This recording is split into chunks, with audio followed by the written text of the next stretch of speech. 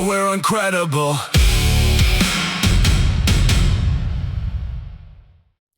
Welcome to the Uncredible Podcast. My name's Jeremy, and I'm definitely uncredible. Let's get into our weekly update of what's going on with the Substack. If you follow the Substack at all, I've been cranking out a ton of clips. I apologize for that, but I am going out of my way not to have those clips get emailed to people who are subscribers. So basically what I'm trying to do is I'm trying to get caught up on all the clips that all the episodes of the podcast I've been putting out. I got episodes like 22 to 26 cranked out last week. It was kind of a taper week for me going into the marathon, which we'll talk about. Ended up being a half marathon. We'll talk about that a little bit, but the big thing that's been going on the Substack has been the clips. So basically what I'm doing is I'm just trying to get those all uploaded to YouTube and have a separate Substack page for those clips. We'll be doing a lot more of that next week as well, because I'm going to stay kind of in a taper untraining mode for two reasons. One, after the marathon that turned into a half marathon, it got pretty difficult soreness wise, surprisingly to me. I think part of it was the trip. I'm going to talk all about that in that section when we get to our main topic, but suffice it to say, we're a little bit sore right now. So and I have a 10K coming next week with a long drive. So right now I'm going to stay consistent with trying to keep the clips coming as much as possible. So also, I just switched to this cam. I finally decided to get rid of my Pixel 9 altogether. For whatever reason, it doesn't seem to work with OBS Studios, and started toying around with the Moto Z3 Play. And the quality through OBS Studios is it seems like it's way better. So we're going to test that out again today.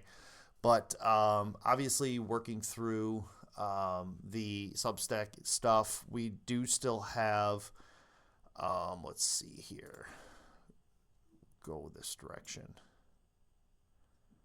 There we go. So I do have one more of the Uncredible, the book clips coming out. I posted a section of that. I made a video with the text for Instagram, and it got a lot of feedback. So I might try to go back and do some more of that from a promotional standpoint. But I think I don't know how to promote it other than to say you should really check out the Uncredible readings and go to uncredible.me and check out just this category of the book, because I had one person comment, "Oh wow, a fellow factory worker," and I'm like, that's kind of the whole point. Like that's my story, which I guess depending on how you follow me and what social media stuff you see, you might just be seeing the running stuff, but kind of the point of Uncredible is that the running coincides with the regular worker. That's kind of like the whole thing. So somehow that's being missed with some people, but I also understand how content works, and people only consume what they get. And the vast majority, for Instagram, for example, the vast majority of my content that's probably popping up is running content. So I do understand that a little bit. But yeah, if you're not seeing those book clips, book sections, check those out. I'm going to keep doing that. I have one more section that I have pre-prepared, and then I have to do some work on that. I find myself going through cycles with the Substack where some weeks, I should say, I get really focused on the clips like I did last week. I'll probably do that again this week. And then sometimes I get really focused on the book or writing some articles. And I've noticed lately I haven't been too excited about writing articles. I have a couple article ideas, but I haven't really cranked them out. So, more articles to come. I will share this. I do have another article coming out. I don't know exactly what it's going to be about. If you're listening to this whole episode, you'll know what it's going to be about. But I am going to write a full race recap of the halfway to the holidays marathon turned half marathon. So I will be doing that article and trying to kind of walk through the same content that I'm going to get through today in our main topic. But look for that next week, and then after that we'll see what we have to have coming down the pipe. So all right, let me look at my notes here for a second. All right, so we got the marathon. Oh, no, yeah. So our next thing here. So that's what's going on the Substack. Articles coming out about the race. We'll be doing more clips, and the book chapter clips or sections. So yeah, so that's what's coming down the pike. Also, I will say the clips I got out last week were mostly recent clips. So a lot of stuff from episodes like 22 to 26. I am going to start cranking out old episodes now, so hopefully get caught up on those, because I think I'm up to episode 3 on the old content. I'll start cranking out like maybe 5 or 6 episodes of the old stuff. I really wanted to get to episode 7 on the clips, and I just haven't had a chance to do that, mainly because it correlates to what's going on in the news presently. So I did want to get that going. So the next thing I want to do is we want to debut our 4th track from the Uncredible album. This one is actually, I'll give you a little bit of background on this, and I'll talk a little bit about it after I share it. But Time Clock this was actually the second song I created for the album, and maybe it was the third. It might have been the third, and it was so we did the cost last week, and the cost came much later. Like, I finally figured out, there needs to be more of a at-home life thing here, because initially it sort of was the first 3 songs I made were the Uncredible, Evaluation, and then Time Clock, and there was just this like dark, gritty feel to the 3 songs, and I was like, there needs to be a softer side to this, and that's where some of the other songs that you'll see coming down the road came from. But when we look at Time Clock, so the idea behind this song was it's sort of a picture. The way I describe it is it's like going into the mind of a worker who has to get up, and he keeps looking at the clock, right? He keeps looking at the clock when he wakes up. Oh, it's time to get up. Oh, it's time to punch in. It's oh boy, this night seems like it's going really fast. But then I look at the clock, and he keeps looking at the clock. And it's sort of inside his mind. And so far, we looked at the evaluation was like a worker who's frustrated with his manager, and then the cost looked at like why he can't say anything, and then this looks at sort of the anxiety or the depression that comes from just doing the same thing over and over and over, and not always understanding why am I doing this? Why can't I quit? And the reasons, but it's all in the mind of the worker. But I also tried to slip in subtle parallels to running, because one of the things I've noticed as a runner is late in a race or even midway through a training, you start to wonder, like, what am I doing all this for? And some of those feelings are the same. They resonate both directions, and it's one of the things that I like about running is when you're living life and life's trials come at you, you kind of take them as they come. Where when you're running and you're pushing yourself, and it's just you and yourself and the motivation to do that, or your health or whatever, I've noticed that I've gone through cycles of dealing with my own stress and my own doubt. Like as you develop pain and struggle, and do I quit? Do I not quit? There's a lot. You're sort of like emulating life's challenges and dealing with them, and it's just you and yourself. Where a lot of times when we face struggles in life, it's easy to place the blame on a circumstance or on a person. When you decide to run and you set out to, even if it's to run a mile, but in my case, we'll talk about it in the main topic, it could be a marathon, it could be an ultra marathon. When you set out to do that and you get part way through, things start going through your mind, and it's literally all just you, and it's really trippy. So that's what time clock does. What it is it's sort of like the worker or the runner kind of getting lost in his thoughts, forgetting why he's doing it, and then reminding himself why he's doing it. So I'll go ahead and play that. Let's see if I can do this without screwing it up, the transition here. I think I'm going to do it this way. All right, here is time clock, and hopefully the audio is up.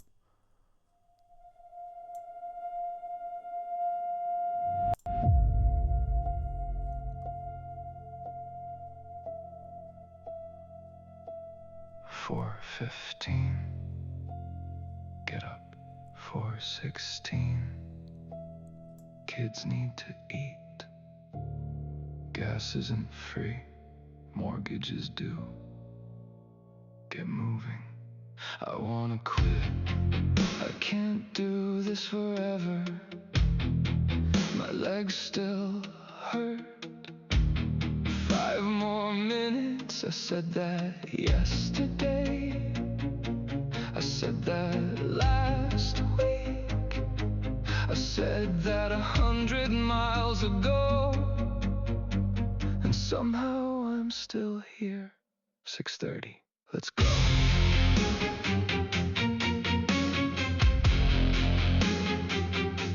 I chose this, didn't I? No one forced me. No one made me sign up. No one made me stay. So why am I still doing this? 9:45. Still moving. I'm supposed to enjoy this. I hate this. I can stop. I should stop. Then stop. No, why not? Because I won't. What the hell am I doing? I could quit, I can't quit. God knows I've thought about it. One more mile, one more shift, one more day somehow. The clock keeps ticking, even when I wish it wouldn't. I keep moving, even when I wish I couldn't. Everything hurts. It's just soreness. No, it's not something torn. No, it didn't. Walk it off. Maybe you should stop. Maybe you're finally broken. Maybe this is the one that gets you. Maybe you're done. Keep moving. Why? Because you said you would halfway. I have to do this for my family. Do you? Yes. Is that the only reason? No. Then what is it? I don't know. Not much farther. The kids need me. My wife needs me. The bills need paid. The house needs work. The car needs gas. The world keeps taking. Maybe that's part of it, but that's not all of it. I made a promise and I'm not quitting on me. Not even halfway. I wanna quit. I can't quit. I might collapse, but I don't. I keep going. It hurts. It always hurts. Maybe that's the price. Maybe that's the point. Maybe the point was never winning. Maybe the point was proving I could keep my word.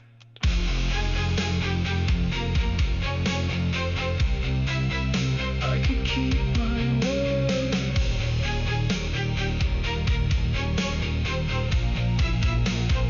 Almost done. Get up.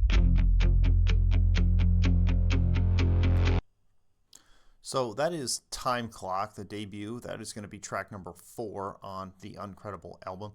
And just a point there, for those who understand and resonate with that particular song, that ending where I talk about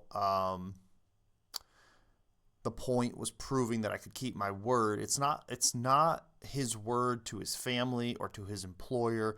It's keeping his word to himself, and that's kind of the heart of it. I don't explicitly say that in the song, but that's because it's sort of like what's behind, for me personally, but in general, behind the why. When you really dig down deep into why you do everything you do, there are the darkest moments where you're like, I don't know why I do what I do. Like, I don't know why I put up with this. I don't know why I go to this job. I could just quit. And that's all that wrestling. And it's the same with running as it is with a job that's like a dead end job that feels like it's you're underappreciated.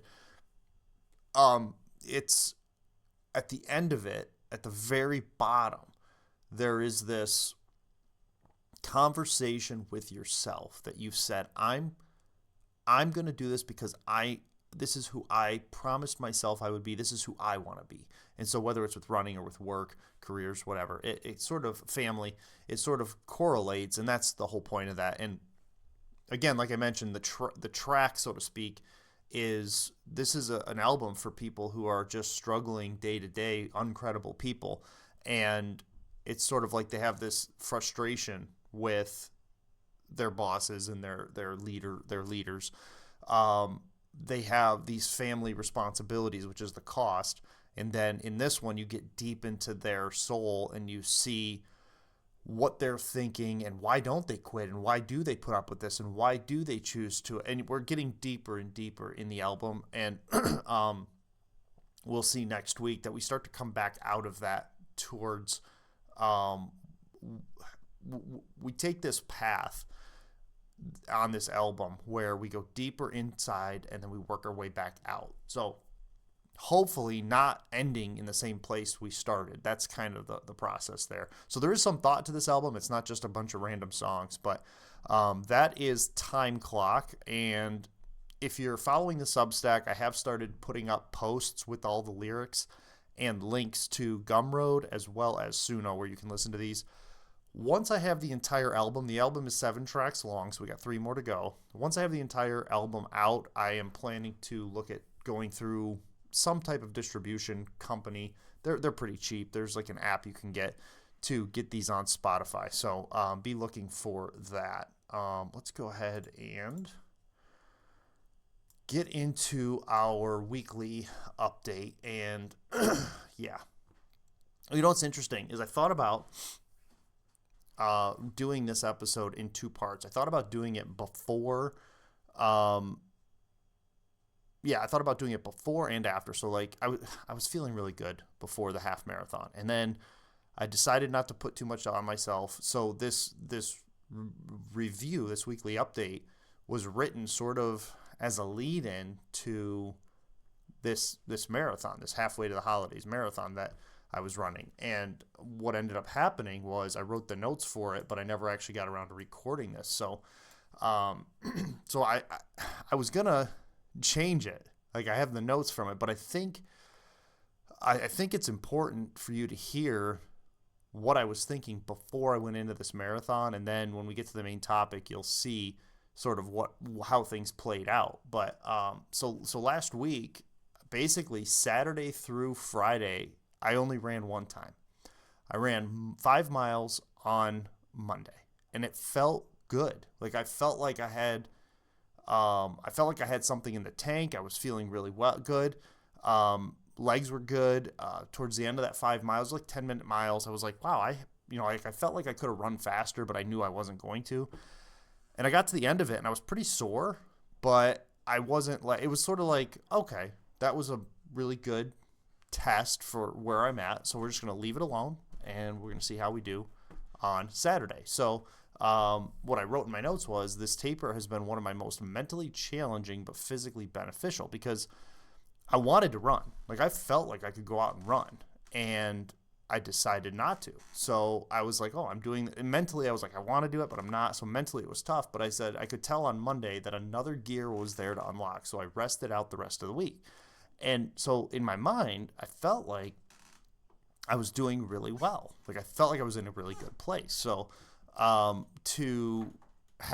will talk about it in the main topic, but to have things kind of fall apart at the race, it's interesting looking back at these notes, and I think it's important to have these notes in there, because this week as a whole felt exactly how I think it should have felt and it didn't go well for whatever reason. We'll talk about that in the main topic. But essentially for my taper week, my final taper week, I really just ran one 5-mile run. I did do some walking because I was still in a steps challenge, but it was like a couple of miles walking, nothing aggressive or anything like that. And I did have, I did have some nagging groin pain, but it wasn't anything that I felt. I told my son on our way to the race that I felt the best that I had felt in a very long time, certainly before any other marathon. So I was like, keep in mind, I'm only 2 months out from my last marathon. So it's like, this was feeling good. Like maybe we're going to do good. So you can probably tell it didn't go that great. But at the same time, leading up to it, it was feeling pretty good. So it was a taper week. This week is also kind of like, I don't know if taper is the right word, but I'm staying in like a light training mode because one, I'm not feeling the greatest after I ended up only doing a half marathon, which that's sort of like burying the lead there, I guess. But I will throw this up here. So my next race this is going to come through a little weird because it's got an invisible background. But my next race is the Little Miami 10K. Let me see if I can bump this down a little bit. There we go. I'm going to be doing this on August 2nd. So another race that I have to do, and this one I'm actually going to go all out for. I'm not feeling the greatest, so I'm going to try to heal up from the half marathon that I just did. And hopefully, I've never run a 10K officially, and all of my 10Ks have come as part of either half marathons or marathons, so I'm always being super reserved. This is going to be an opportunity for me to just go out there and run 6 miles and bang it out. So yeah, that's this week's training is looking ahead to that, and it's basically leading into another taper. I'll talk more about some of my strategy going into that race in the main topic. So, but in terms of our week in review, I can close out the halfway to the holidays marathon training discussion. It was week 9 of training with a solid taper week. Ultimately, the race did not go the way I wanted it to. Again, I'll talk more about that in the main topic. But in terms of the training, we did a 5-mile run on Monday, ran the race on Saturday, no running between the two. So, and I was feeling pretty good heading into it. So the result we'll talk about in the main topic. All right, now let's take a brief break from talking about running and look at what's going on in the news. And I don't want to spend a ton of time on this because our main topic is going to be a full race review of the halfway to the holidays marathon / half marathon. But I couldn't help but at least give a few comments on what's been going on with the Iran war, mainly because over the course of this next week, we will be entering into, believe this is month 6. We'll be starting month 6 of the war, because it started on February 28th, March, April, May, June, July. Yeah, so we were completing 5 months on July 28th. So by the end of this week, when this episode comes out, after this episode comes out, we will have entered into our 6th month. And I was thinking it's probably time to start looking up some of the weeks, not months people again. I did a few episodes ago, a while back. You know what's funny is I see clips from like Ben Shapiro, and he just it's like you don't get man, I was completely wrong about this. It's always a further excuse, and I've been repeatedly posting on his whenever I see a post of his about the war, I literally just jump in and put weeks, not months. I just type weeks, not months, or I thought they were on their last leg. I just keep throwing that in there. And I had somebody comment under there that they said, yeah, they were on their last leg, but we stopped. So the reason they're not on their last leg anymore is because we stopped. But it's like, they don't understand that, like, or they were never on their last leg and that was propaganda. Like, that doesn't cross their mind.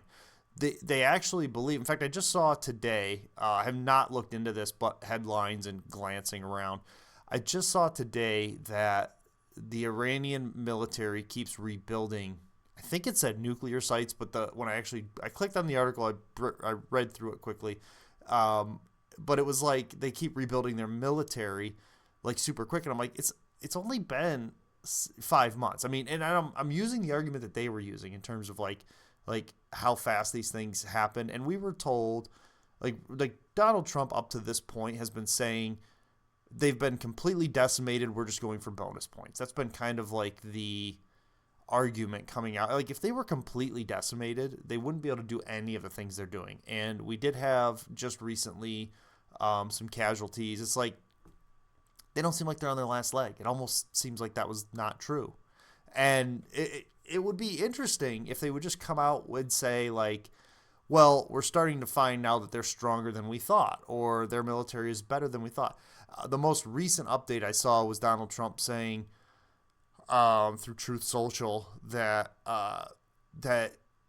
he's talked to Russia and China, and they are not going to sell weapons to Iran. And I'm like, do they need to? Does Iran need that? Like, we have this perception that this is some like third world country that can't hold its own. They seem to be holding their own just fine, which is what makes Ben Shapiro's March 10th episode so hilarious. But that's why I should probably go back and just like maybe pick a different day, but like 5 months ago, and find some clips. I do like to do that objectively and not just like zoom through like 20 clips and then find the ones that fit my narrative. I would like to just arbitrarily pick something that was maybe 5 weeks, because now that we're 5 months into this, maybe that would be a good parallel. But find some clips that would just blow that out of the water. But yeah, I mean, this commenter on Facebook was saying that, you know, if we hadn't stopped, I mean, the assumption was that if we hadn't stopped, then they would be completely obliterated. But we've been told probably 40 times that they've been completely obliterated. So the war continues. We're heading into our 6th month of war with Iran. And I noticed this headline, and I haven't looked into it too much, but I noticed this came across my feed, and I thought it was random because it's not something I'd ever really thought about. But the headline was that Saudi Arabia now has access to nukes or nuclear. I mean, it might have been a Shapiro headline, honestly, but I put in my notes, Saudi Arabia goes nuclear. I was thinking about this, and I don't know anything about these countries. I don't research this stuff. I know the Iraq war was a complete debacle. I know Afghanistan was forever, and now we're into Iran, and I'm not a fan of it.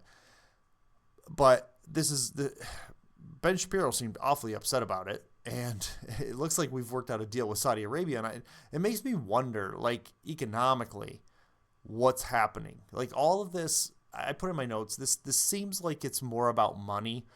Originally, when this started, I always had this belief that Democrats or the left was looking to get energy costs or energy. They were trying to put up rules for energy so that we could shift towards this electric thing. Like they call it green, but ultimately what they want is they want to be holding the stock for the energy company when it blows up. That seemed like what was going on. And then the Republicans obviously were in the other boat where they want to keep pushing oil. And it sort of seemed like that was sort of this pull back and forth, both people trying to say that they have our safety and our security in mind, but really they're just trying to profit. But listening to this, I was like, I never really thought about how messing with the economy over there and changing, you know, this thing we did with Venezuela, and now we're messing with the oil in Iran, Saudi Arabia. It's like, what? It's not about alliances and survival. This is about the flow of money and where that money's flowing, to whom it's flowing, and ultimately where the money goes, there the control goes. So it just got me really thinking about this, and it's something I'm going to look into going throughout the week. Like, economically, how do these countries interact? And if well, just picture like a circle of like 5-10 countries, whatever, and they help each other, right? Let's just picture trade, right? This is my Uncredible vision, right? I haven't done any research on this. It's just what I'm thinking. Imagine a circle where there's, we'll say 7. We'll just pick the number 7. There's 7 points in the circle, and they trade with each other. You know, and they go across too. So they're just, those 7 countries are just trading with each other, benefiting each other, and there's this ecosystem economically of, you know, I give you oil, you give me barley, you know, whatever, however it works. And there's something to be said about somebody noticing a lot of value in one of those items, right? Like an eighth country that's maybe not either wants to sell or buy and get involved with that. But in order to do that, you have to take some from somebody else. And it just seems like there's something weird going on here. And it's almost like somebody noticed that Iran was the recipient of something like profitable. And if we could just insert ourselves, we would then be the recipients of that. I'll give you what Iran gives you or whatever it is. I don't know. It's the Strait of Hormuz. The oil prices seem to be the main things that are talked about, but it seems like there might be something else underneath. And again, I don't know how economically, and that seems to be what's most important right now to the people, the players involved. I don't know how Israel plays with that. I don't know if this is a trade thing or what, but they present it to us as if it's like, these people hate us. We're trying to defend ourselves and protect ourselves. That's sort of the narrative they give us. But behind the scenes, people are making a lot of money on this war, selling and buying ammunition, oil, all this stuff. So I just, back in my mind, when the Saudi Arabia thing popped up, so basically what this is they're allowed, it looked like the U.S. would be allowed to supply Saudi Arabia with technology that would lead them to nuclear power, not necessarily weapons. The word nuclear gets thrown around, but part of me wonders if Saudi Arabia is able to power something, hypothetically, whatever that is, with nuclear power. Obviously, the U.S. is going to benefit by selling those products, that knowledge, all that stuff to them, obviously, but it's also going to change how energy is used in that country, replacing maybe oil, something they get from Iran, and disrupting that circle I was talking about. So it just, reading the article, the headline was kind of like a scare tactic to make you think, oh, we're going to give nuclear weapons to Saudi Arabia instead of Iran, blah blah blah. It seemed like it was more for civilian infrastructure, and that made me think, well, what if they can? What are they replacing? Like what energy are they replacing with these nuclear? I mean, obviously, the front end is the U.S. gets to sell nuclear stuff, right? We get to sell whatever's involved with that process. Probably a lot of money in that. But on the other side of it, what are they stopping? Like, what are they stopping from happening? Like, is that going to cut off an economic flow to Iran or other countries, and how does that affect the economy?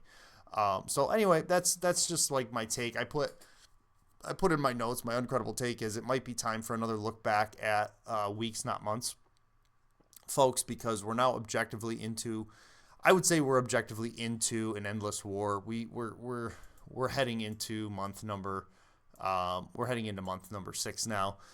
So by the end of that month, oh yeah, for a second there I thought I stopped recording.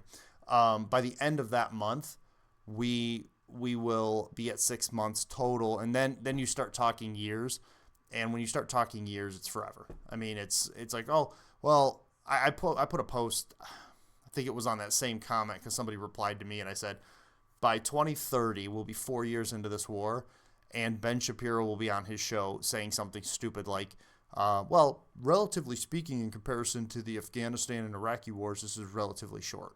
He'll still be saying it. And by then, March 10th, 2026 will be long forgotten. It might be in the archives. It might not even be, the way, I've talked about this before, but the way information flows these days,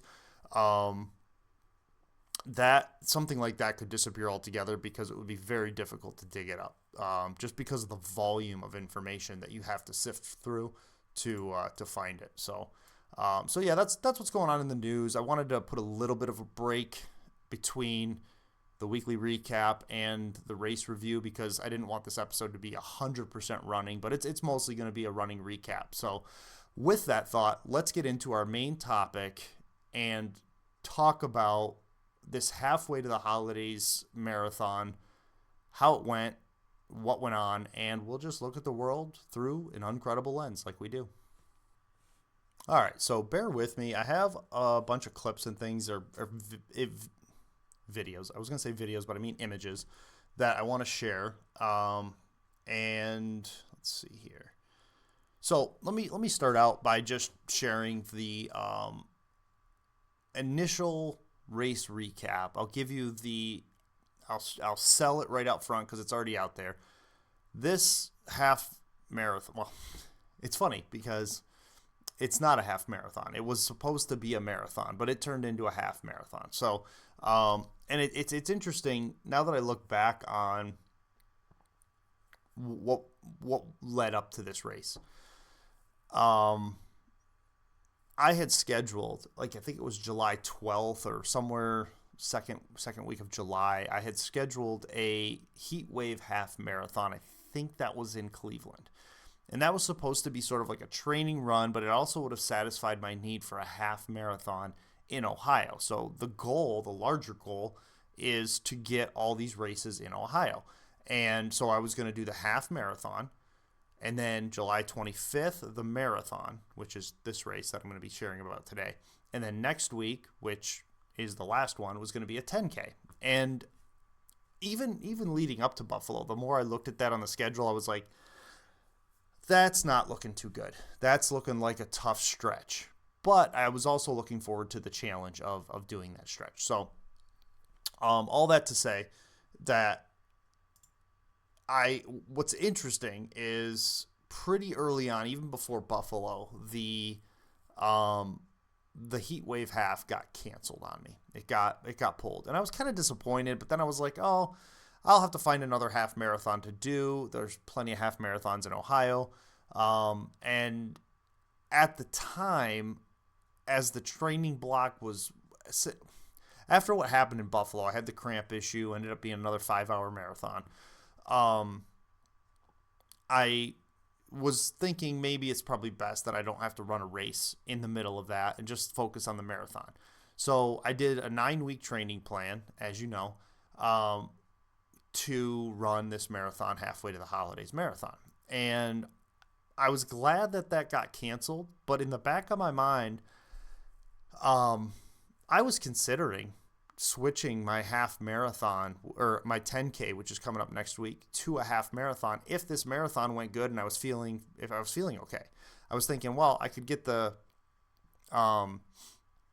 marathon and half marathon back to back, but given what happened in this race, it occurs to me that it's almost like things kind of worked out in my favor, in the sense that if I had run that half marathon, the decision I made in this race would not have been available to me, and I don't know what the outcome would have been. I may have had a DNF. I'm not sure. But before we get into the race itself, let's start with the trip up. Let me get to. So I don't have anything of the trip up.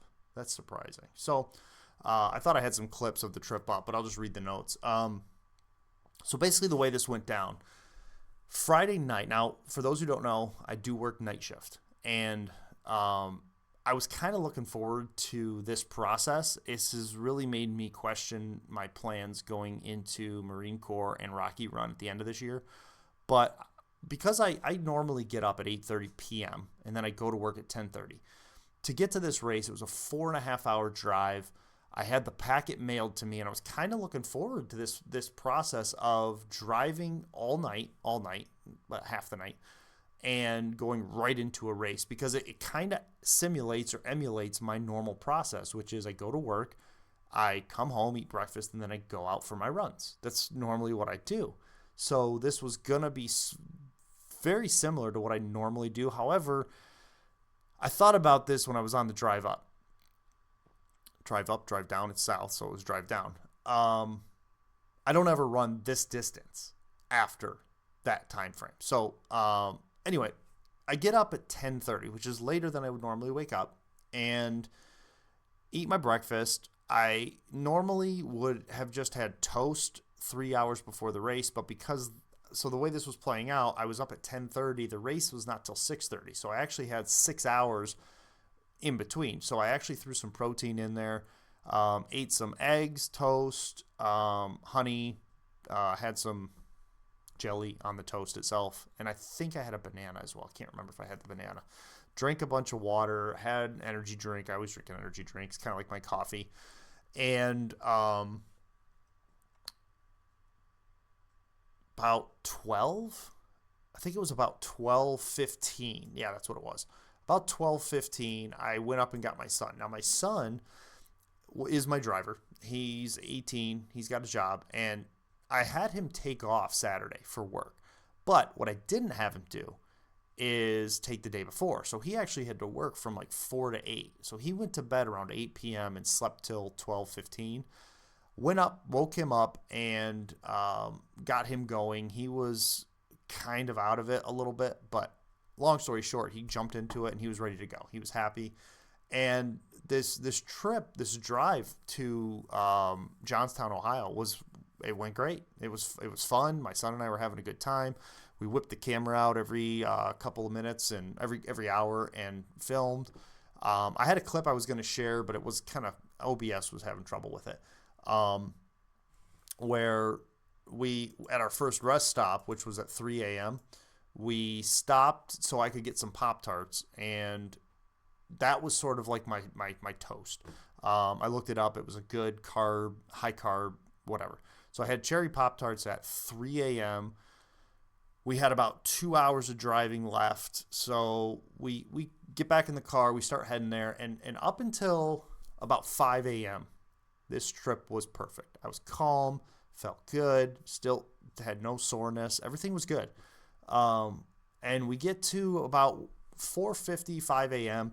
We're taking what I would consider to be our last stop. I was going to change into my shorts and my bib, and I was going to go to the bathroom.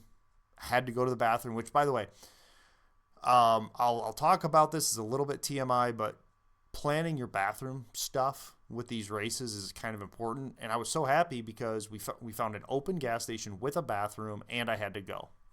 It all lined up, and we're 40 minutes before the race. I'm like, this is perfect. So we go to this gas station, and this is like the moment where things started to get weird, like for the whole day. And maybe I let this get to me, but I felt fine when we got to the start line. But go to the bathroom, and the door has one of those locks on it, which is like red-green, so you know if somebody's in there. And I pushed on it, but I didn't push too hard, and it was locked. So I went back out. My son went to the bathroom. He comes out, and I go, did it seem to you like somebody was in there? Like, it was really quiet. And we waited, and I looked out, and there was no cars. We're the only ones at this gas station at 5 in the morning. Like, nobody's here. So I was like, I'm going to go knock just to see, because maybe it's closed, but maybe it just needs to be opened up. So I go and I knock, and there's a guy in there. And I'm like, oh, okay, cool. So now I've knocked. It's been like 10 minutes. I'm waiting for this guy to come out. And we're kind of I'm pacing. We got 40 minutes yet to get to the race. The race starts at 6:30. It's getting close to 5. I kind of want to go to the race. I don't want to be late to the race. So because this drive was all highway, I thought I got to the point where I was like, dude, even after I knocked on the door, this guy did not come out. And I'm like super frustrated because I'm like, I kind of have to go. I don't have to go, but I'd like to get this done now and then drive. So I'm getting frustrated, and I'm like, this guy's not coming out. Like, even after I knocked, I'm like, I don't have time to wait for this. So I will say, as a side note, some people, I can't wrap my mind around the idea of being in a stall, like in a public bathroom, and somebody knocks on it. And let me just say, there was no evidence of him actually going to the bathroom. Like, you didn't hear anything. There was nothing going on. And then 10 minutes goes by. It's like, dude, what are you doing in there? And like, if you didn't know, like if you thought you were the only one in the store and you were like scrolling on your phone or whatever, it is what it is. But if you know somebody needs to use the bathroom and you just sit there, like, I don't understand. Like, maybe he was in a tough way too. I'll just assume he was in a tough way too. But man, I was frustrated because I was like, this sucks. Like, this guy, if you're not going, let me in. Like, so we left. We ended up, I was looking at the clock and I was like, we'll find another bathroom. I don't have to go that bad. We'll get this sorted out. So I'm kind of frustrated. The second we leave this gas station, the route goes from being all highway to all complete and utter rural craziness. Like, I mean, the worst type of, like, my son could only go like 25 miles an hour. It was that bad. Like, it was really bumpy roads, and he was trying to hurry, and it was the slowest 40 minutes of my life. I mean, I'm just like, come on. So, like, a trip that was going very well, a setup that was, in terms of eating and bathroom and all of that was perfect, was kind of falling apart. I'm like, this is so frustrating. And I'm like, try not to let it get to me. Okay. So, but it is getting to me. So we get to within like 3 minutes of the race, and there's 2 gas stations, and we peel off to the one that looked the least busy, and go in, and there's a sign up that says the bathrooms are closed for cleaning, but there's only one worker in there. And the lady's like stocking cigarettes. And I go up to her and I go, how long is the bathroom going to be closed for cleaning? Because you're definitely not cleaning it right now. But let me just, I was frustrated, but let me just say this. I worked for a gas station, and I know sometimes you clean it and you want to let the floors dry. So I thought maybe 5-10 minutes, whatever. I can wait, or I can come back, whatever. Or maybe it's done and she just hadn't taken the sign down. She goes, now keep in mind, this is like 5:30 in the morning. She goes, oh, they don't open till 8. Like, what do you mean they don't open till 8? I'm like, that is such a weird, like, you put the cleaning sign up to keep people away, and then when they ask, so basically what I was gathering was the bathroom got cleaned in the middle of the night. They don't want anyone using it until the busy time when someone else's shift starts. So frustrated by that. We go across the street. Finally, we get a bathroom. I'm able to change, go to the bathroom. All is well. We get to the race, which is like just around the corner, like 3 minutes away, and go through like my normal, like, pull up. I have to get my water vest. I want to make sure everything's set up. I had my, let's see here. I was trying to find a picture because I do think I have a picture of me at the start line. Yeah, we'll do that. So here I am at the start line. Maybe I can adjust that just a little bit. Maybe not. Yeah, we'll do something like that. That'll be a little bit better view. So this is me at the start line. You can see I was wearing the water vest. I did not, so the last time I brought the water vest, we had a problem with the caps falling off. So I had to get the water vest all loaded up. I kept those separate. So if you look in the background, you got Santa Claus. My first picture of this, by the way, I did the selfie, and all the banners that they had were Christmas themed except one that said water. And somehow I got the water one in the first picture. Anyway, long story short, I'm feeling good at this point. Like, I'm realizing that this race is a super small race. To give you an idea, after it was all said and done, in terms of, there were only 14 people attempting the marathon. I backed out of the marathon halfway through the race. So it ended up being 13 marathon finishers. So it does rub me the wrong way a little bit that if I had finished, I would have finished first in my category because I would have been the only one running in my age group. But I just want to say in passing that this particular race was just like everything I could have hoped for in terms of like an Uncredible race. I talk about small town. I talk about regular people. This was all of those things. I mean, to give you an idea, sorry, I just thought of this. That every water station was one staff person. A whole table of water, one staff person. And I think they had, I want to say 8 stations, and it was a down and back, so you hit them going and coming back. So you were actually manning a water station yourself for both directions. And what was funny about the water stations, and again, I appreciate this because it's such a small town race. Going out, the table was on your right. And then the way they had it set up was you pick up the cup, or you take the cup from them, you drink, and then after the table was a box you'd throw your trash in.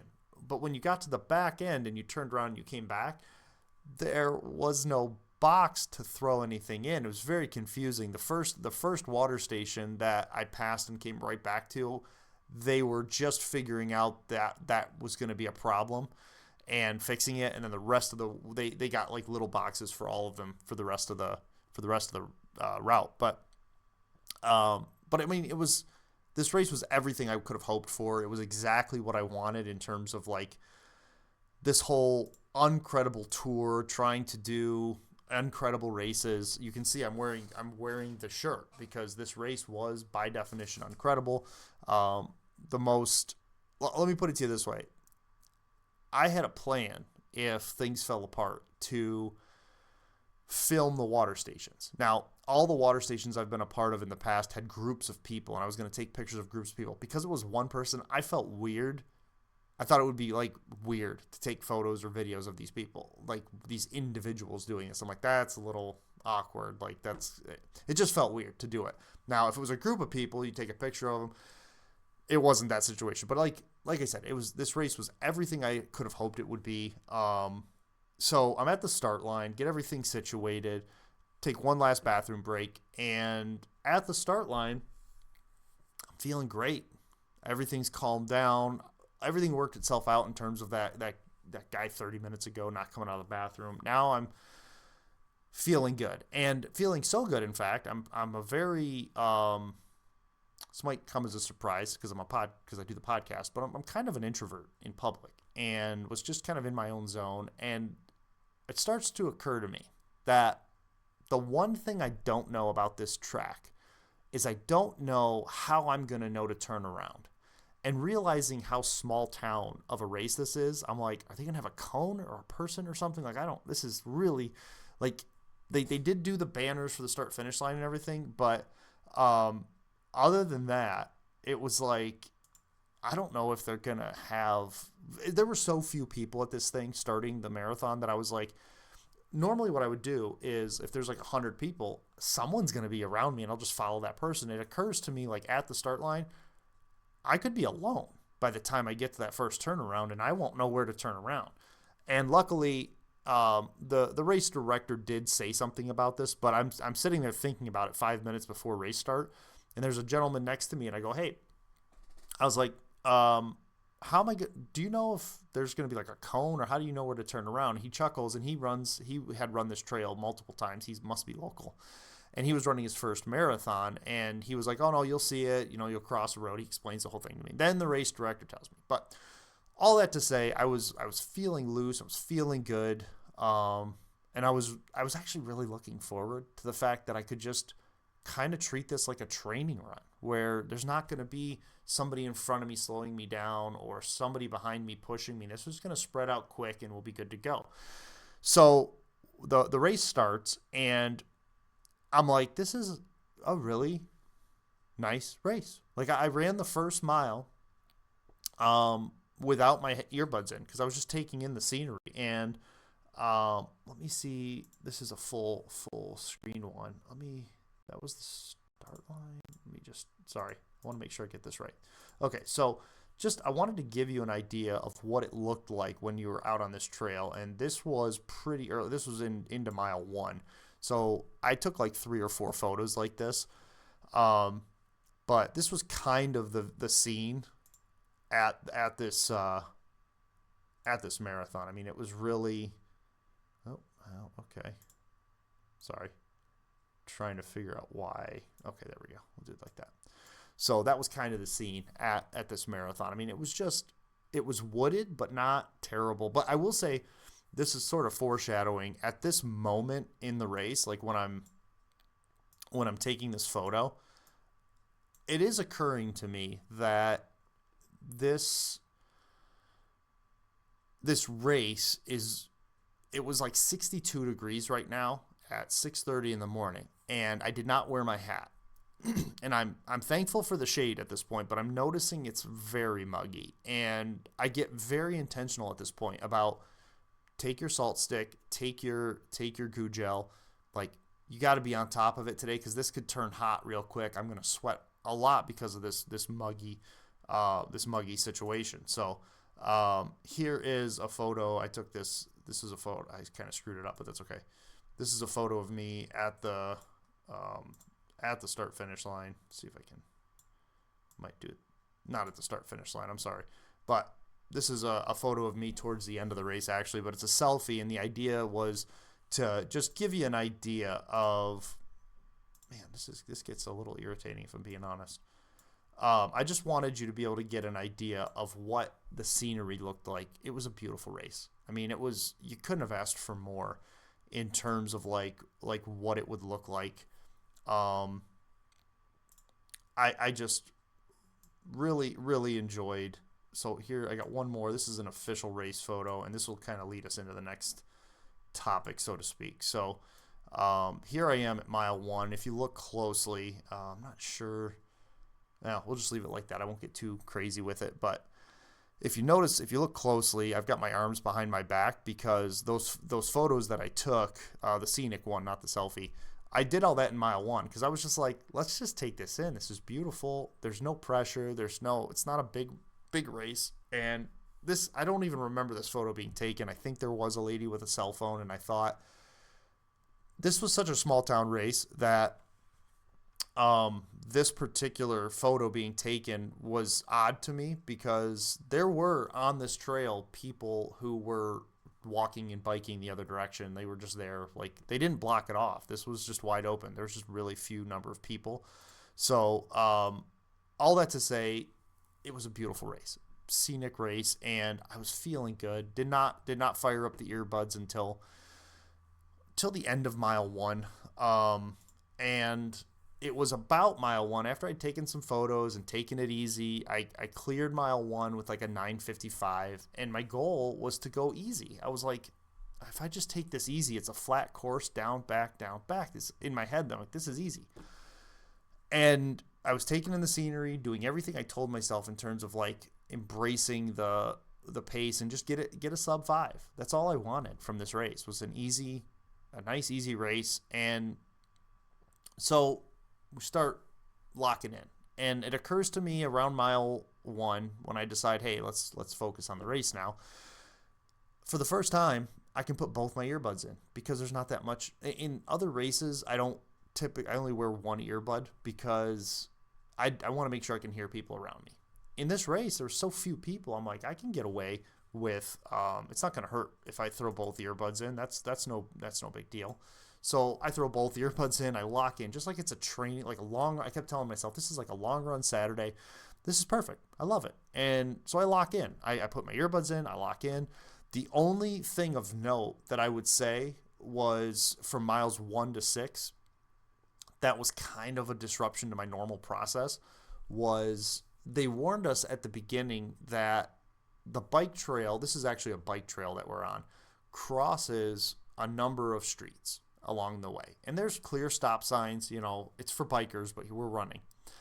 And because I run on the street all the time, I was just kind of ignored it. I was like, what are the chances at 6, 7 in the morning somebody's going to be driving through there? Like, pretty slim. And I run around traffic all the time. So the first couple times we crossed those roads, one was a dirt road, one was like a driveway. I'm like, there's nobody on these roads. And I get comfortable with it. And we're coming up on a stop sign. I didn't even look. And then finally I glanced up, as is my practice. And I was this close to getting smoked by a car. I was like, man, that would have changed the story quite a bit if I got hit by a car here. But that woke me up a little bit from my stupor, if you will, of just locking in and running. And then it was just a matter of cruising. If you go look at my Strava stats, I was going to put it up here, but it's not that important. It was like 950s, 940s, 930s. Every time I looked at my watch and I was going too fast, I dialed it back.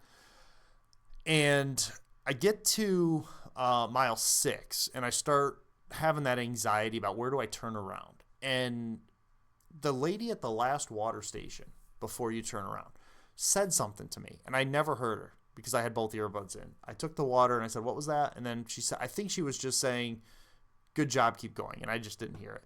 But I did notice that she had candy canes because this is a halfway to the holidays. It's a Christmas themed marathon. And so I run across, there's a main street, run across that, and I'm such an idiot. So I see ahead of me a guy do a full turnaround, and he starts heading back. I'm like, oh, so it must be right there. Get to about where he was, and I see a sign that says half marathoners and marathoners turn around here. But half marathon was printed on the sign. Half marathon was printed. Marathon was like in green tape. And I'm like, I'm like, is this where I turn around? And I look up and I see another sign further down. And I'm like, ooh, maybe you're supposed to go to that one and turn around. So like an idiot, instead of listening to the sign that was right there in front of me, I go on to the next sign which says you're going the wrong way. You should have turned around. I'm like, oh. So anyway, I turn around, and right then it starts getting frustrating. But I turn around and start heading back, and I actually took this photo. I was feeling really good at this point. I was starting to feel like this was getting tough at mile 9 when I took this picture. And I took this picture because I wanted to slow myself down. I started to feel my hamstring tug a little bit around mile 8, and I was like, you know what? Let's slam some electrolytes, let's drink some water, and then I stretched. I think I stretched also, just to make sure things didn't go crazy. Because I know in Buffalo, my quad seized up around mile 13, 14 in there. So I was like, let's get ahead of it. Let's get the electrolytes in. I'm starting to feel it. Whatever. So I took this picture and I sent it to my son, 9 miles in. And he writes back, awesome, or you're killing it, or something like that. And literally, I start running again. And I mean, I take a lot of electrolytes. I walked a little bit, and then I start running again. And when I say running, I mean like light jogging. And my hamstring just starts pulling. I mean, it starts pulling bad, to the point where I stopped 3 times to stretch it, and it was not getting any better.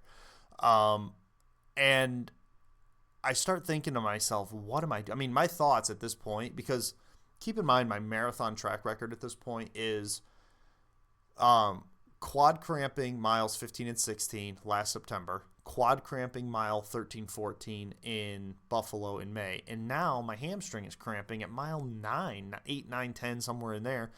And I'm like, what is going on? Like, this is so especially, I did have relatively good success in Buffalo. I was running low 9s, high 8s for 13 miles straight. I was killing it. And here I am cramping up at mile 9, very frustrated. And I start doing the math. And this is where, for me personally, this is where things start to get really difficult, because I start doing the math and I start getting defeated. So I start doing the math, and I'm like, I'm cramping at mile 9. So I get this idea in my head where I go, I don't want to DNF, but I also don't want to walk 17 miles. Like, and then I start thinking, well, the cutoff is 5.5 hours. If I start walking now, like I did in Buffalo, there's no way I'm going to get 5.5. Like, there's just no way. And at this point, I'm at like 2 hours and 12 minutes because I had paced myself for that first half. I was trying to avoid this whole situation. So I had just texted my son, and I thought, you know what? There is a world where if the race organizers will allow it, maybe I can finish at a half and just be done with this, because this is going to be stupid for me to walk for this long. So I call my son, and I say, do me a favor. Can you go up to the guy who's organizing the race and running the race? And can you just ask him if I can switch from a full marathon to a half? Because I'm already cramping up, and this is not, like, if I walk this, I don't know, this could take all day. And I didn't want to be there all day. We had a 5-hour trip home that we still had to do. So I'm looking at it, and I'm going, time-wise, this is just not going to work. So hang up the phone, and when I hung up the phone, this was middle of mile 10, I think. Because I was talking to him, I wasn't really thinking about it. When I hung up the phone, I realized my hamstring was like really bad. I mean, it was like, oh shoot, I had to lock my knee and kind of walk with my leg locked, because I could not walk at all. So at that moment, I take a bunch of salt pills, drink some water, and I'm coming to the end of my water at this point. Now, keep in mind, my strategy for fluids was to drink. I had 4 bottles of water, 4 or 500 milliliters of water, and it was going to be 1 bottle down, 1 bottle back, 1 bottle down, 1 bottle back, plus supplementing along the way with whatever they were giving us with the water stations. I pull the bottle out, the last bottle, which I had in my back. I pull the last bottle out at mile 11, and I'm like, so if they don't let me do this, I'm going to be completely without water for the entire second half of this marathon. I'm like, the math is not adding up. And in my head, I'm thinking I might be DNFing this. Like, I might get my first DNF, and then you start like drove all the way out here, spent the money, all the training, all that starts to add up. And I even got so far into that, like that pain cave, if you will, to where I was like, maybe the marathon just is not a distance I should be competing at ever. Like, I mean, it got that far down the rabbit hole. And then I was like, you know what this is? I realized, like, mid dark thoughts, like I realized this is the exhaustion from being up all night and driving here. Like, mentally, I could tell I don't get to this point mentally where I want to quit normally on a run, even in a marathon. Like, I know in Buffalo I thought about going to one of the medics, but it was brief. This was different. This was like, maybe I shouldn't be running at all. Maybe this was only supposed, like, it was way down. And I was like, you know what this is? This is all that day piled up into one moment. And I was like, this is weird. Like, so I shook myself out of it because I realized that some of my fatigue wasn't just the hamstring, but it was mental fatigue from the day of the drive and things like that. And so thankfully I got a call back nearly in what felt like immediately. My son calls me back and says, yeah, the race organizers say you're good. I go, so I can just cross that finish line instead of doing the loop and we can call it a half. He's like, yeah. So I'm relieved, and it takes me about a mile to work out this hamstring problem where I can actually jog again. And I find myself, I think this group of 3 older people probably doing the half are kind of lightly jogging and walking. So I find myself behind them, and I start doing what they're doing. I let them get ahead of me, but I'm doing what they're doing. I'm kind of lightly jogging. And each time I lightly jog, my hamstring pulls a little bit. I walk, it goes away. I run, I walk, I run, I walk. So as I get to just below mile 13, it's like 12:8, 12:9. I was like, I would like to run through the finish line, especially since I'm only doing the half. And there was a brief moment where I thought, you can turn around and complete this thing. And then I was like, you know what? The second I turn around, this hamstring is going to go sideways on me, and I'm going to beat this hand. And you got to remember, there's other factors involved. And I'm not making excuses. These are just realities. My stomach, I had taken extra gels, and my stomach was starting to turn from all of that. Now, they had 2 bathrooms, one at the start-finish line and one at the 6-mile mark. And there's a part of me going, if I turn around, I don't know if I make it bathroom-wise to the 6 miles. So that's kind of in my head. The fact that I have to drive 4.5, 5 hours back home. You know, if I leave now, 9:30, I think I crossed the finish line. I'll show a clip here in a minute of, I start the finish, well, might as well throw it up here now. I crossed the start-finish line. Let's see. I don't know, did I show? Yeah, I did show that, I think. Yeah, this is the last one. Let's get this. We're going to have to shrink this down a smidge. Let's do, sorry. This should be easier than it is, if I'm being honest. So here is me crossing the finish line. Oh, I see what I did. I made it bigger so that okay. So this is me crossing the finish line. It's going to overtake me a little bit, but that's okay. So this is me crossing the finish line. You can see I do have a stride, and you'll notice the timer says 8:58. So I crossed the finish line at 8:58. But if I turn around here and I go back for another 13 miles, that 8:58, that 9, that's the time of day. I started at 6:30, and this is the clock time of the finish, 8:58. If I turn around and run back, it's likely 3 more hours, which puts my departure time at 12 at noon, which means I don't get home till 5, which was actually kind of the plan when we first started out. But what I'm thinking in my head is that's going to turn into a very painful drive if, let's say I get to mile 16, right? And this hamstring's just like cooked. I'm just doing the math on all these factors involved, and I'm like, you know what? Let's just finish. So I finally make the final decision there with like a quarter mile to run through and do a half marathon. I think I posted around mile 11 on Instagram. You know, this is just not my day. And listen, it was an extremely frustrating experience.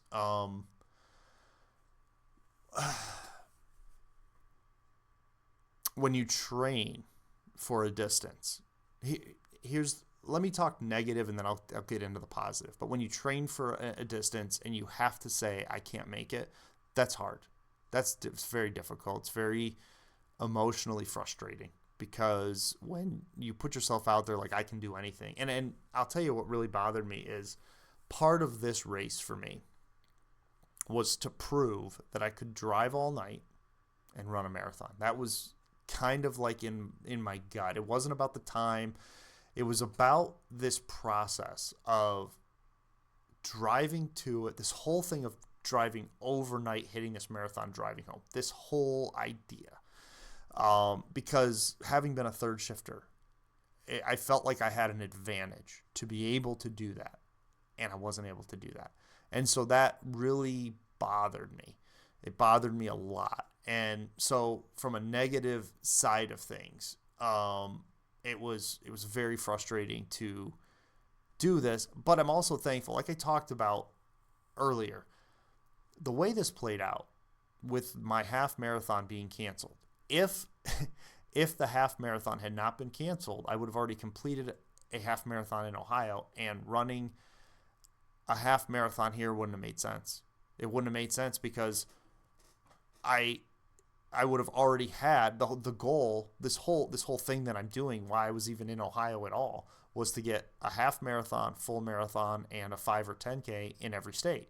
Well, if I had already had a half marathon, getting another half marathon would not have done anything for me. This would have been kind of a wasted race in terms of that goal. And then it turns that whole drive and planning and all that into a wasted time. So I'm super thankful that first race got canceled, that they allowed me in this race to change the distance. Like, not only did they let me change it before the race, which I'm sure they would have, but they let me change it midway through the race, because they could have said, no, you have to, like, if you don't do the one you signed up for, then you don't get the medal. And that would have also been a waste of race in terms of like what I'm trying to do with my bigger goal. But instead, I was able to walk away with my head held at least half high with a completed race in Ohio, which is a half marathon. But lingering in the back of my mind is this reality that, all things considered, this was basically a did not finish. You set out to run a 26-mile race and you only ran 13. That's a DNF. On paper, it's a terrible half marathon. So, but we'll take it, trying to see the positives, but the negatives are definitely not lost on me in terms of having to make that switch. I'm just still very frustrated. I woke up today. It's funny. Before I get into the trip home, it's funny because mentally you tell yourself that it's okay, right? Like, hey, you did the smart thing. You didn't hurt yourself. A lot of people got online and said, hey, that's tough, but you'll live to fight another day and all that, those things. And I love those compliments. I would do the same thing if I saw somebody was setting out to do a goal and they didn't make it. However, there is a reality that you still have to live with the fact that you quit. I quit halfway, and you do this in training, and it's like, there've been times where I called my son and he couldn't get me, and I'm like, I'm glad that I didn't quit, And you want to be this person who never gives up, never quits. But sometimes you got no choice. And, I look at this one and it wears on me a little bit because I did have a choice. I could have turned around and pushed through it, and I could have written a different story. And one of the things that bothers me a little bit is I went back and I looked at the stats later. I would have been, if I had just completed the marathon, I would have been the only person in my age bracket to complete it. And I would have had my first, not that this matters, but it would have been interesting to be able to say, oh, I was first in my age group, right? Only 13 people completed the marathon that day, and I would have been number 14. So don't know what my time would have been. Who knows? Maybe, there's two ways that goes, right? I make the decision to turn around and do the other 13 miles because that's what I said I would do. and I run it, walk it, whatever, and it ends up being 5 hours and 15 minutes. And there's a story there. There's a reality where I get to mile 18, the turnaround, and I have to DNF because I just can't finish. There's a story there. There's also the reality that maybe I get injured and the rest of the races this year are over with. And so these are the things that you wrestle with. And I am frustrated because I think mentally I lost this race before physically I lost it. But I also have to look at the positives, and you do have to make wise decisions. And so the reality is, if this had happened in any other marathon up to this point, that's my first DNF. And I have to look at myself and go, what did I do wrong? If you look at the article I wrote last week about this, it gnawed at me that my training might not have been the right choice. Like, I thought I made the right choice training. I did clearly made the wrong choice training. But there are other factors involved too. I'll talk about those when I get to the meat of it. But what I want to say, because I wanted to spend some time on this negative aspect, because on social media, and even I did it myself, right? Like, I shared a post where I was frustrated that I had to call it halfway. I kind of feel bad about the way I took the medal, because I was very confused when I got to the end, because they knew who I was, probably based on my bib number. I'm an idiot, so that's on me. But they looked at me and they said, when they're handing out the medals, they go, "Great job, Jeremy," and they handed me the medal, and I'm like, do I have the right medal? Because I didn't know if they had different medals for marathon. There was no way I was taking a full marathon medal for a half. I just wasn't doing that. But it was a general medal with all of them, so everyone got the same medal that day. But I also thought that they might have been waiting for me to confirm my switch from half to full. And so so that's what I'm waiting for. So the guy handing me the water and the medal goes to hand me a rag, which I don't know. Maybe that's a thing. I was confused. So I go, "Oh, no, I'm good. I'm good on the rag." And my mind is, make sure you tell them to switch that, because I just want to make sure the stats line up and stuff. Make sure everyone's on the same page. And I get that all sorted out, and I realize that I'm holding the medal. I didn't even put the medal on. And I get in the car because we're getting ready to leave, and I toss it in the back. And I wasn't upset. Like, I was glad that I finished the half marathon. I was upset with the leg situation and the mental aspect of what was going on. But the race was phenomenal. But I kind of felt like I was giving off like a, man, this sucks vibe, which it was one of the best races. I might do this one again. I have two plans in play right now that I'm thinking about. Part of me wants to go back and run this exact marathon next year and just make it like a focal point of next year, because this was fun. Like, this was a good race. And I really think I could crush this race if I had the right training ahead of time. Like, this is the flattest track I've been on. I mean, Presque Isle in Erie, the Erie Marathon was flat, but this was flat, back, forth. I mean, a good marathoner would go out there and crush that track. So, but I did feel kind of bad that when I got done, I was kind of like, I felt like I was rude. I didn't mean to be, but I was frustrated with myself too, and I just wanted to get out of there and get on the road at that point. But I did want to spend some time on that negative aspect, because on social media, people immediately, myself included, jumped onto it and said, "Hey, you made the right decision. Hey, a finish is a finish." It's all true, but I do think we need to sit in those negative aspects and at least admit the fact that that was not a successful process, because you can't learn from it if you just go, "Oh, well, I did best, whatever." And I mean, I was mentally in a dark place around mile 10, 11. Like, I was literally ready to give up racing, running, all of it. I was like, okay, this whole running thing maybe was just a waste. And this happens to me when I'm doing podcasts. It happens to me when I'm doing interviews with podcasts, when I'm running, when I'm doing these races. I do have to remind myself that I'm not an elite runner. Like, I am Uncredible. And I think that life continues to remind me of that, and that's okay. So, I mean, there's certain levels to this game, and I'm down here, and I gotta be reminded of that and stay humble. So, there is some positive to sitting in that negative aspect of this and recognizing this was a failure, and then going back and evaluating why things fell apart.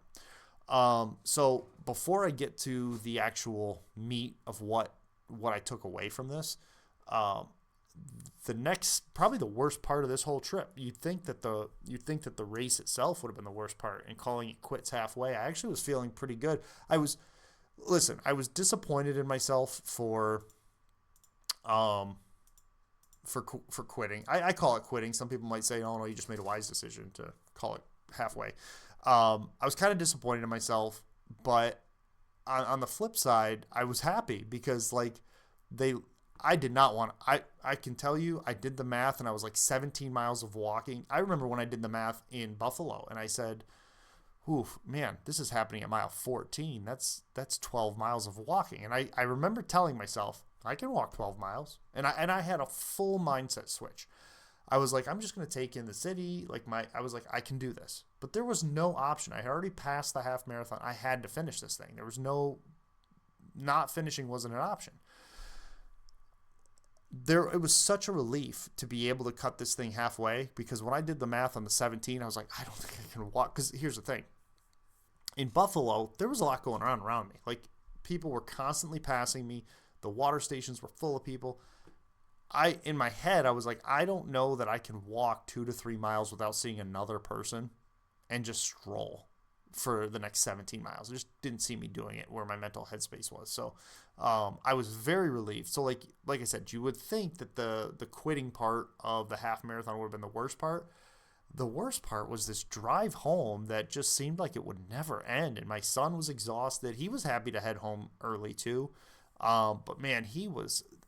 So my car does not have air conditioning, and that's fine. We don't need it. I work nights, so 90% of the time I'm driving it is early morning or late evening. So it's never really a need for air conditioning with this thing. So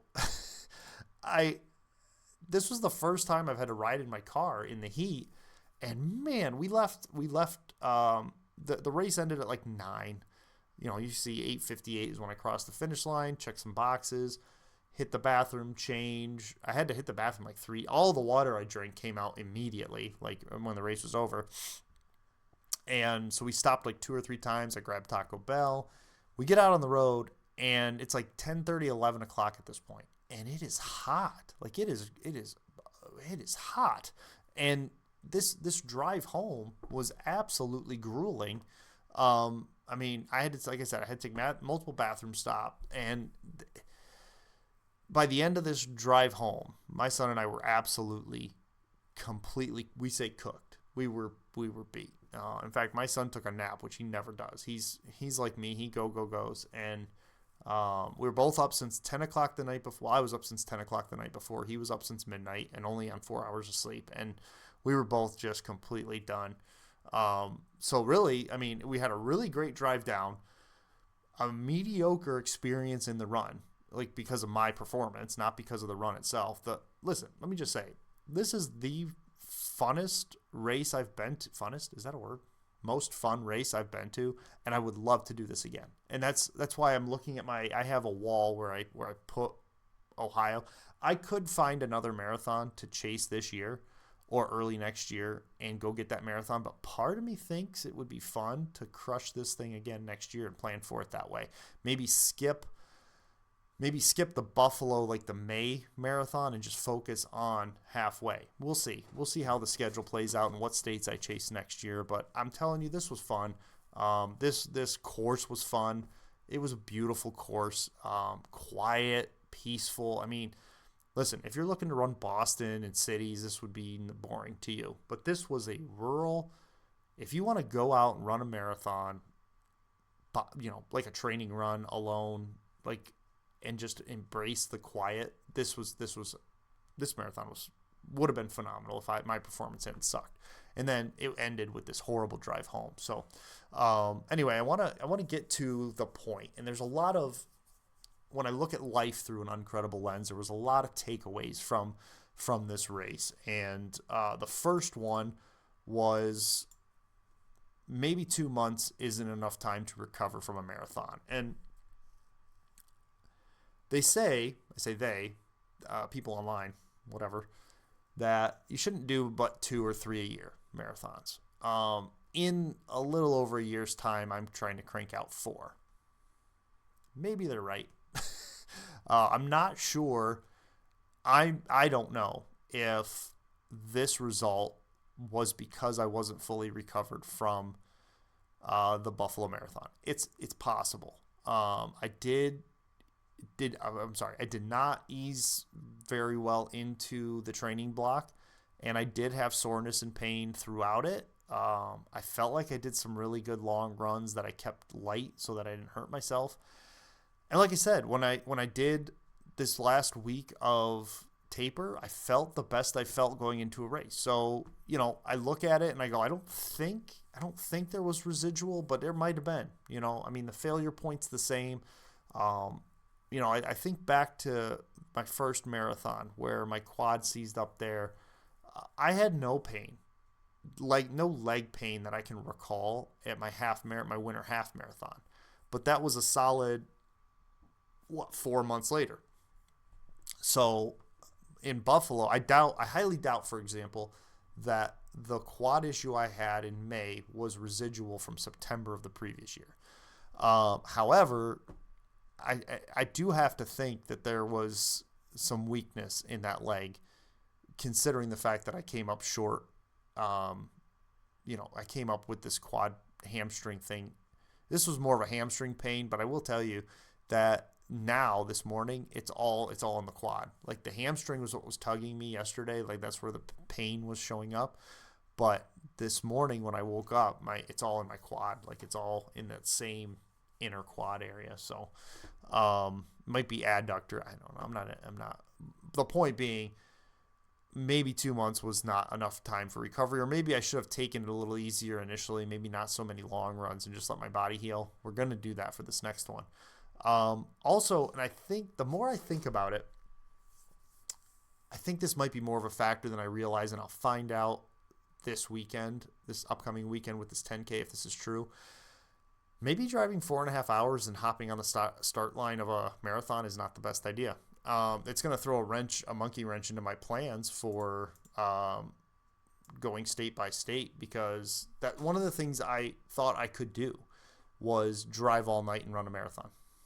I really thought I could do that. And maybe I can, but so far I've proven that I can't. So complete that. So I'm going to run the Miami 10K, the little Miami 10K that I'm doing in Ohio is about an hour later in terms of drive. It's almost an identical drive. It's just a little further next Sunday. And I'm curious to see how my legs feel by the end of that drive, because I'm telling you, my legs did not feel stiff or tight. But from what I'm reading, sitting in a car for 4.5 hours and then getting out and trying to run might have been a factor. I don't know, but it's something I need to consider if I'm going to keep traveling. My plan was to drive to the Marine Corps Marathon and then run it that morning. May have to abandon that strategy. Marine Corps has a 5.5 hour time limit. I do not plan to DNF that at all. That will hurt. But I've probably the most important. So those are like my two obvious takeaways. Maybe I went after this too quickly. Maybe the drive hurt me. More importantly, and I think this is where my focus is going to be for the next 3 months, is I think I need more balance in my training. And obviously balance is important. I tried for the last 4 months, 5 months leading into Buffalo and then into this race, to kind of avoid leg lifting, single leg training and mobility, and focus primarily on running hills and letting that be the strength training. It's becoming apparent that that's probably not a good strategy, and I think I may have some either weakness or injury I need to train for or PT over the next 90 days or so before this next marathon, to try to get strength in my right leg. All my failures have been in the right leg. All my failures have been in the quad, adductor, hamstring area. There's clearly something with my gait or my training that's leading to that. Ironically, none of those things show up in my long training runs. So I'm doing something differently race day than I am in my training runs that's leading to this result. It's not fueling related. I mean, it might have been initially, but now it seems like, because I'm telling you, I took enough fuel. There's no way. I took salt tablets every 2 miles. I took goo gel every opposite mile. I mean, I was slamming electrolytes, so it's not a water thing. So I think I need to just really focus, and that's probably what I'm going to do for the next 2 weeks, is dial back my mileage because I don't think I have a cardio challenge here. I have a leg muscular challenge. So I think I'm going to start doing a lot more like elliptical, single leg training, things like that to strengthen that leg specifically. So yeah, maybe just getting that balance in there is what's key. I'm going to start a training plan for the Marine Corps Marathon here in about 2 weeks. We'll let you know how that goes. I'm going to start a whole new. The funny thing, the disappointing thing is I have a whole YouTube playlist now of halfway to the holidays marathon training that ends with me running essentially a failed half marathon. So so there's that. But we'll start Marine Corps Marathon training and we'll see how that goes. I am super grateful, and this is probably the most positive. I won't say it's the most important, but it is the most positive takeaway. I'm super, super grateful that I was able to avoid this DNF and still put something on my wall that fits Ohio. You can see behind me. Can I do it? Right here is the medal for the halfway to the holidays half marathon. So we did complete it. It was like 2 hours. What did I get? 2 hours and I can't see it. 2 hours and 27 minutes. My worst half marathon. One of my best races in terms of like scenery and enjoyment. I loved the race. I wish I could do it again and have a better result. And maybe I'll give it a try next year. We'll see. Haven't gotten that far in my planning, but yeah. So I think the most positive thing I took away was that I'm just grateful that I avoided injury and DNF, and I'm thankful to the staff of USA Race Timing for just making a quick decision and saying, yeah, if he crosses the finish line, we'll give him the half marathon. No big deal. So I really do appreciate that from them. If they hadn't done that, I would have been a lot more disappointed in the results of that race. So, all right. So far, it seems like the audio is keeping up, and it looks like the camera, the Moto Z3 Play, will get its first shot at this. So let's do our quote of the week. I'm going to get this centered. Boy, that's harder than it looks, guys. It seems like it's jumping. There we go. Quote of the week. Take a chance because you never know how perfect something could turn out to be. Take a chance because you never know how perfect something could turn out to be. And there's a funny story behind this quote. I read this quote in preparation for this marathon.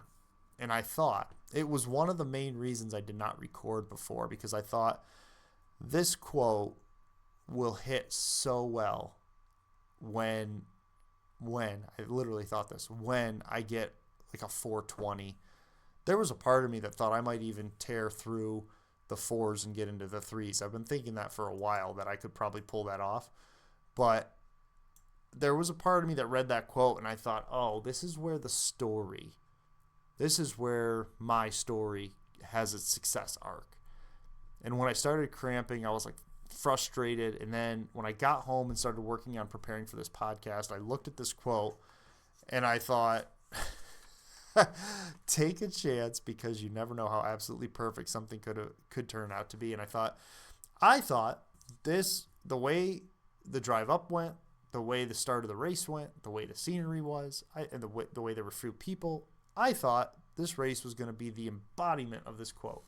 And it was literally the exact opposite of this quote, because I took a chance and everything from the race standpoint went horribly wrong. But in my comments, people were leaving some encouraging comments, and one person that we go back and forth got on there and said something to the effect of, hey, what did he say? He said a DNF is better than a DNS, which is a did not finish is better than a did not start. So congratulations for attempting. Like, that's more important that you tried. And I responded, never really thought about this, but I'm going to hang on to this quote. I responded by saying, I may have been half the man I thought I was, but I'm twice the man who never tried. So David Goggins talks a lot about the part-time savage.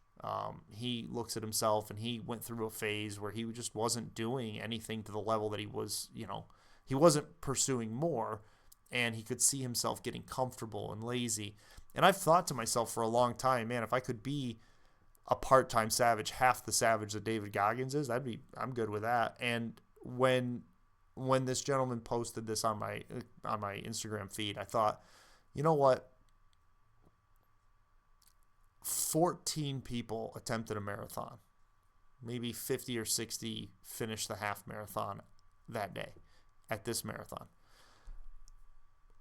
It's still the fact that I even tried gets us back to uncredible, because I'm going to go to work tonight and people are going to ask me, how'd your marathon go? And I have to retell this story over and over about how I had to quit midway through, didn't reach my goal, had this. But you know what? Probably I was the only one who drove all night to attempt a marathon. And yeah, I only made it halfway through. I did finish halfway through, but I did try. I took a crack at it where other people didn't. So yesterday, I may have been half the man I thought I was, but I was twice the man that never tried. And so my encouragement is, if you never try, you never know. And that's where this quote hits home for me, because the quote is, take a chance, because you never know how perfect something could turn out to be. Yes, it could turn out poorly, 100%, but it could also turn out perfect. And it's not all about times and finishes. My health is the whole reason I started this journey. And for those who aren't attempting to run and not attempting to walk, my encouragement is take a chance and watch yourself progress. Yeah, I didn't have the result I wanted yesterday, but I had, if you go back, I think a year is safe to say. Yeah. I ran my first half marathon about a year ago. There's nothing in me that would have thought to drive 4.5 hours and then run one, let alone a full marathon. So the fact that I even made that attempt, you can see how far I've gone, and I know where I'm headed as well. So again, the quote is, take a chance, because you never know how perfect something could turn out to be. All right, let's go ahead and close things out. As always, thanks for listening to the Uncredible Podcast. I thought this was going to be a short one. Ended up being long again. That's okay. Remember to subscribe to the Substack at uncredible.me. Like and subscribe on YouTube and Spotify. And I always like to remind people, don't just subscribe and then don't like the episodes. If you're watching, let me know. Like this. It gets the clips too. If you're on YouTube, if you can like those, and if you actually like them, don't just like them arbitrarily. But subscribing is one thing, liking's another. Getting traction, letting the algorithm know this is the kind of content you want to listen to. Please do that, and it's much appreciated. For Uncredible merch, check out merch.uncredible.me. You'll notice I decided to wear the Halfway to the Holiday shirt today. It's not Uncredible merch, but this race is the embodiment of what Uncredible is. Highly encouraged. Check out Run Sign Up. Check them out. That was a great race, great organizers. Small town race, rural race, really loved it. But for merch from Uncredible, merch.uncredible.me. And follow me on Instagram at Jeremy Lundmark to track my progress on all those things, running, pretty much everything, articles, whatever. And as always, thanks for watching and listening. And remember, stay uncredible. We are the night shift, swing shift, day shift, no quit, no quit, no quit. Building their world while they talk about us, talk about us, talk about us. We are